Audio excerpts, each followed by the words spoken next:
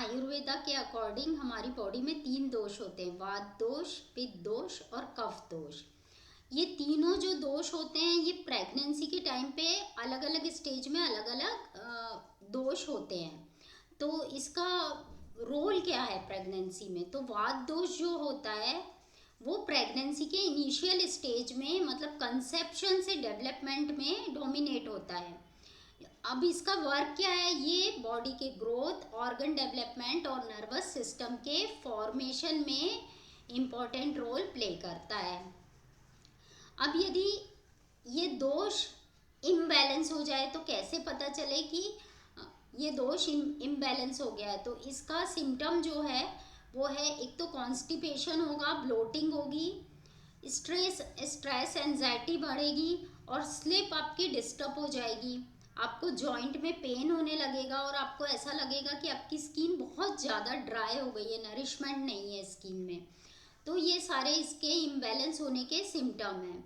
अब यदि ये दोष आपकी बॉडी में इम्बैलेंस हो जाता है तो आयुर्वेद बोलता है इसको बैलेंस करने के कुछ टिप्स हैं, जो यदि आप इसको यूज़ करेंगे तो ये दोष आपका बैलेंस हो सकता है।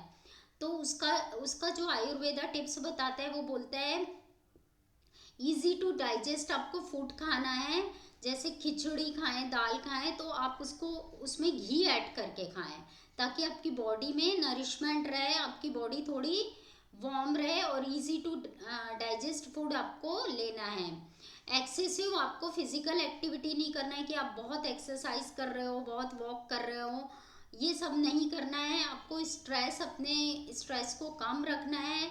रेगुलर आपको ऑयल मसाज करना है, जिसको अभ्यंगा कहते हैं आयुर्वेदा की भाषा में मसाज को। तो वो करेंगे तो आपका जो वात दोष है वो बैलेंस होगा। और आपको वात दोष हो, यदि आपका इम्बैलेंस है तो आपको कॉन्स्टिपेशन भी हो रहा है, तो कॉन्स्टिपेशन के लिए आपको त्रिफला लेना बहुत फ़ायदेमंद होता है। त्रिफला जो है कॉन्स्टिपेशन की प्रॉब्लम को ख़त्म कर देता है, तो आप त्रिफला का यूज़ कर सकते हैं। फिर दूसरा दोष जो होता है वो होता है पित्त दोष।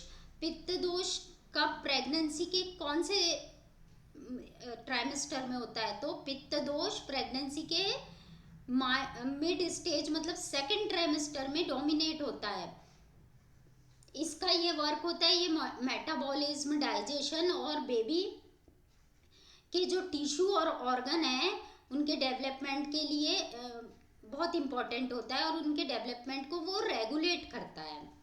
बेबी के इंटेलिजेंस और कॉम्प्लेक्शन को भी वो पित्त दोष का ही रोल होता है, मतलब वो कॉम्प्लेक्शन बेबी का और बेबी का जो भी इंटेलिजेंस है उसके लिए भी ये दोष इम्पोर्टेंट होता है। अब यदि ये दोष प्रेगनेंसी के टाइम पे इम्बैलेंस हो जाता है तो क्या प्रॉब्लम होगी, कैसे पता चले? तो यदि ये दोष आपकी बॉडी में इम्बैलेंस होता है तो एसिडिटी और हार्टबर्न की प्रॉब्लम होती है। बहुत ज़्यादा एसिडिटी होगी, जलन होगी, आपको ऐसा लगेगा कि आपके छाती में बहुत ज़्यादा जलन हो रही है। और एक्सेसिव आपको स्वेटिंग होगी, पसीना आएगा, खड़े खड़े पसीना आने लगेगा और बॉडी एकदम हीट टाइप लगेगी आपको। गुस्सा बहुत आएगा, एंगर बढ़ जाएगा और आपको इरिटेशन वाला फीलिंग आ सकता है इसमें।